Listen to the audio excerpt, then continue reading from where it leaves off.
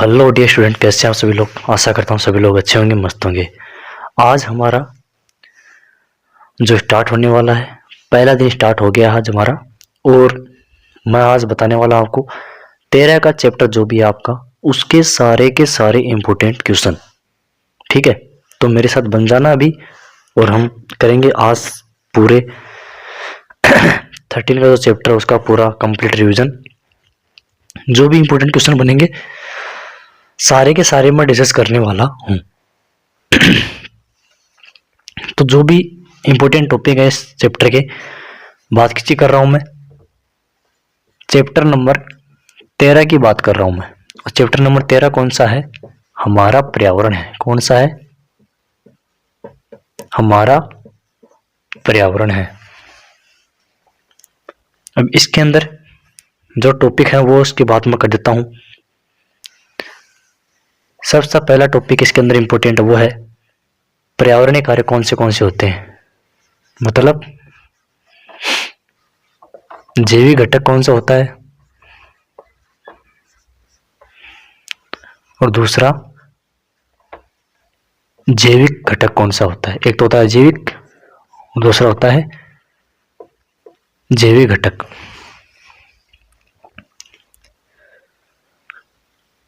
फिर इसके अंदर सेकंड पॉइंट आता है आपका जैव निम्नीकरणीय,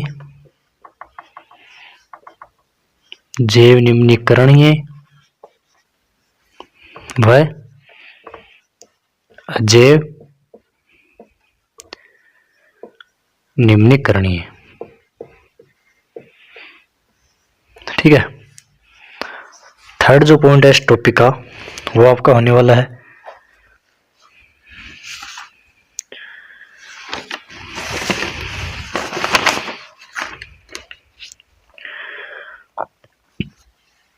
जैविक घटक कितने प्रकार के होते हैं।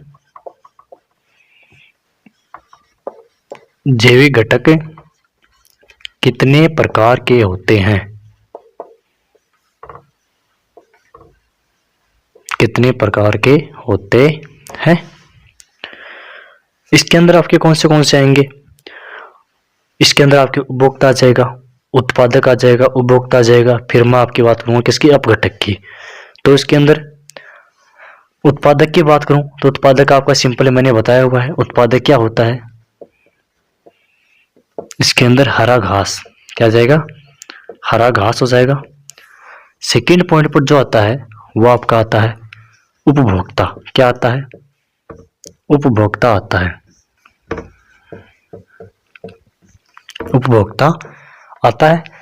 उपभोक्ता मोस्टली 3 प्रकार के होते हैं, प्राथमिक उपभोक्ता, प्राथमिक उपभोक्ता,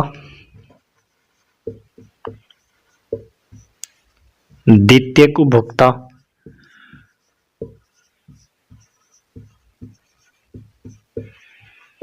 और थर्ड बात करूं मैं किसकी, तृतीयक उपभोक्ता की। ठीक है, फिर हम बात करेंगे किसकी, तीसरे नंबर पर जो आपका होता है वो आपका इसके अंदर है अपघटक। ठीक है, अब थोड़ा सा मैं इसके बारे में समझा देता हूं आपको कि ये चीजें होती क्या है और ये क्यों इंपॉर्टेंट है हमारे लिए। ठीक है, देखिए ये जो पार्ट है हमारा है, इसके अंदर आपका है हमारा पर्यावरण। हमारा पर्यावरण टॉपिक में से जो भी आपके इंपॉर्टेंट क्वेश्चन बनने वाले हैं, जो भी सारे के सारे इंपॉर्टेंट जो टॉपिक हैं वो सभी मैं बताने जा रहा हूं। ध्यान से सुनना है, देखना है। मैंने आपको क्या क्या बताया, मैंने सबसे पहले आपको बताया है अजैविक घटक क्या होता है, जैविक घटक क्या होता है। ये मोस्टली किसके बारे में बताता है वो हम समझेंगे। तो आपने पहले ये पढ़ना है कि पर्यावरण क्या होता है। पर्यावरण वो होता है जो हमारे चारों ओर का आवरण होता है, जिसमें प्रत्येक जीवधारी प्रत्यक्ष या परोक्ष रूप से क्या होता है, सम्मिलित होता है या फिर प्रभावित होता है। ठीक है, फिर होता है पारिस्थितिकी। पारिस्थितिकी क्या होती है, मतलब कि जब कोई जीवधारी किसी पर्यावरण से किस प्रकार संबंधित है, तो उस पर्यावरण से उस जीवधारी पर जो भी पड़ने वाले प्रभाव होते हैं, ठीक है, जो भी प्रभाव होते हैं उन प्रभावों का जिस शाखा के अंदर अध्ययन किया जाता है उसको बोलते हैं आपका पारिस्थितिकी कहते हैं। अब बात करें इसके अंदर आता है पारिस्थितिकी तंत्र। पारिस्थितिकी तंत्र क्या होता है? वह एक निकाय होता है, वह एक विशेष क्षेत्र होता है, जीवधारी का विशेष क्षेत्र होता है जिसमें वह प्रक्रियात्मक रूप से संबंधित होता है, मतलब कि जुड़ा हुआ रहता है। अब आपका पारिस्थितिकी तंत्र दो प्रकार से निर्भर करता है। पहला होता है इसके अंदर जैविक घटक, दूसरा होता है अजैविक घटक और दूसरा होता है जैविक घटक। अजैविक घटक क्या होता है? अजैविक घटक वो होता है जिसके अंदर जीवित अंश नहीं पाया जाता, मतलब कि अजैविक घटक क्या होते हैं जिसके अंदर क्या नहीं होता, जीवित अंश नहीं पाया जाता है। जैसे मैं बात करूं, ऑक्सीजन हो गया, जल हो गया, ताप हो गया, ठीक है ना, ये क्या होते हैं, ग्रोथ नहीं करती हैं, कभी भी इनकी वृद्धि नहीं होती है, कभी भी इनका बुढ़ापा नहीं आता है, उम्र नहीं बढ़ती है, इनकी उम्र कभी कमी नहीं होती है, ठीक है ना, मतलब कि इसके अंदर शारीरिक परिवर्तन कोई नहीं होता है, मतलब कि इसके अंदर जीवित अंश नहीं पाया जाता। तो इसके अंदर क्या हो जाएंगे, जिसके अंदर जीवित अंश नहीं पाया जाता है उन्हें बोलते हैं जैविक घटक, अजैविक घटक, ठीक है।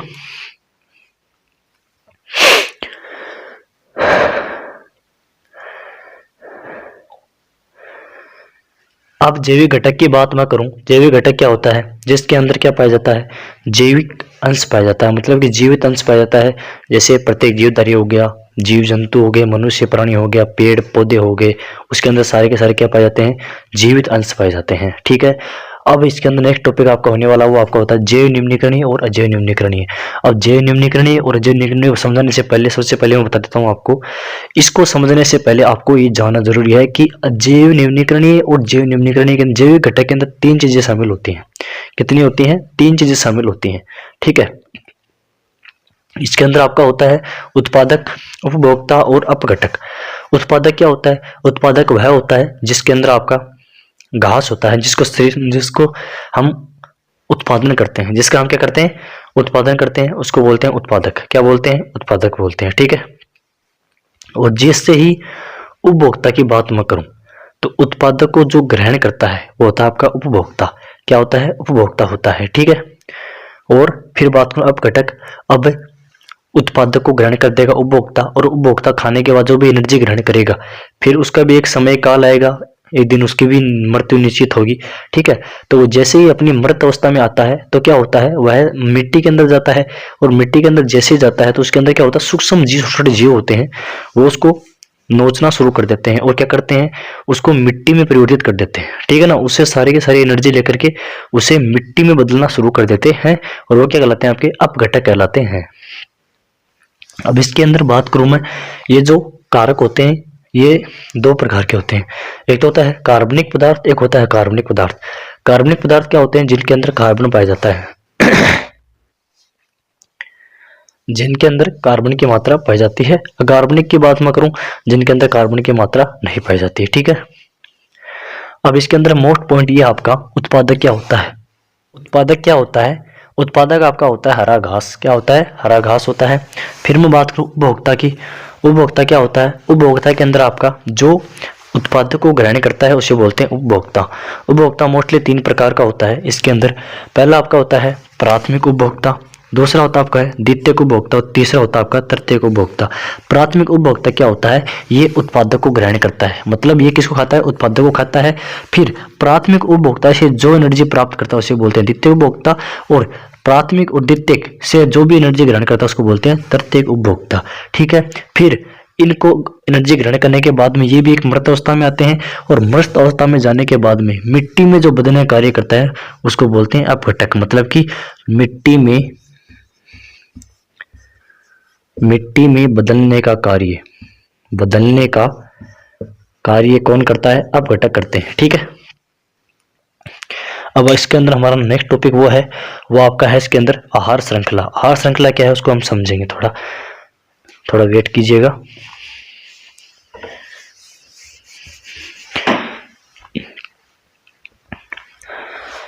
अब जो हमारा इस चैप्टर का नेक्स्ट टॉपिक जो होने वाला है वो आपका होने वाला है आहार श्रृंखला। आहार श्रृंखला से एक 100% आपका आने वाला एग्जाम के अंदर, मोस्टली बोल रहा हूं मैं, 1 नंबर का आपका क्वेश्चन आपका पढ़ने वाला है, यहाँ से 1 मार्क का आपका क्वेश्चन ये पढ़ने वाला है आहार श्रृंखला से। अभी याद रख लेना, पहले बोल देता हूं मैं, 1 नंबर का क्वेश्चन आपका 100% यहाँ से आने वाला है। या तो ये आ जाएगा कि कौन सी आहार श्रृंखला सही है, या फिर आपका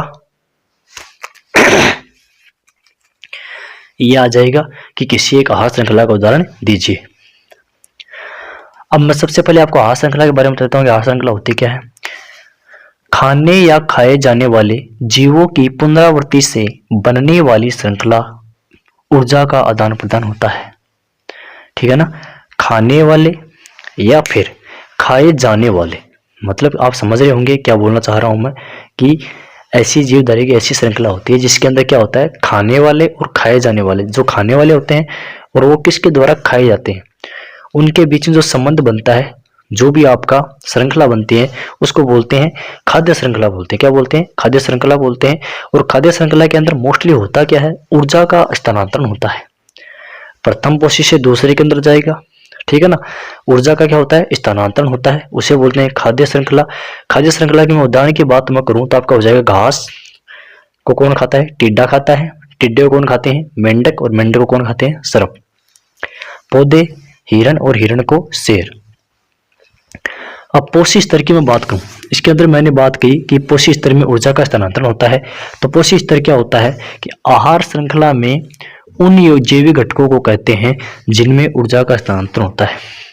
पोषी स्तर मतलब कि एक स्तर से दूसरे स्तर में प्रवेश करना। तो मतलब आहार श्रृंखला में पोषण के वह स्तर जिनमें क्या होता है, ऊर्जा का स्थानांतरण होता है, कि भाई पहले ऊर्जा इसमें थी, अब वो ऊर्जा किसी दूसरे में जाएगी, तो वो जाएंगे पोषी स्तर हो जाएंगे आपके। ठीक है, इसके अंदर एक इंपॉर्टेंट नियम आता है, मोस्ट इंपोर्टेंट है, इसको ध्यान में रख लेना कि 10% नियम क्या है। 10% नियम क्या है? अब 10% नियम क्या है, आसानी से समझेंगे इसको, बहुत इंपॉर्टेंट है। इस नियम के अनुसार क्या होता है, जब प्रथम पोषी स्तर से दूसरे पोषी स्तर में, या फिर पोषण की प्रक्रिया जब पहले वाले पोषी स्तर से दूसरे वाले पोषी स्तर में गमन करती है, या फिर ऊर्जा स्थानांतरित होती है, तो ये बात हमेशा याद रखना कि पहले वाले पोषी स्तर से दूसरे पोषी स्तर में केवल 10% ऊर्जा का स्थानांतरण होता है। बाकी जो 90% ऊर्जा जो होती है वो आपकी पहले वाले पोषी स्तर के अंदर ही काम आती है। और वो किस चीज में काम आती है, वो आपकी जैविक क्रियाओं में काम आती है। किस में आती है? जैविक क्रियाओं में काम आती है। ये है आपका, मैंने आपको यही बताया होगा कि एक पोषी स्तर से जब दूसरे पोषी स्तर में क्या होता है, सिर्फ 10% ऊर्जा का स्थानांतरण होता है, और 90% जो ऊर्जा होती है वो पहले वाले में ही जैविक क्रियाओं में उपयोग होती है। ठीक है, ये तो थे आपके चैप्टर नंबर 13 का फर्स्ट पार्ट। सेकंड पार्ट मैं कल दूंगा, और शायद उसके सारे के सारे क्वेश्चन आप करवा दूंगा। इसके अंदर आपका आहार जाल क्या था उसके बारे में डिस्कस करने वाला हूँ। तो आई होप ये आपको जो भी मैंने बताया सारा का सारा अच्छा लगा होगा, आपने नोट किया होगा, नोट कर लेना। चैनल को सब्सक्राइब नहीं किया, सब्सक्राइब कर लेना, लाइक जरूर करना, और कमेंट करके जरूर बताना कि वीडियो कैसा लगा। Thank you.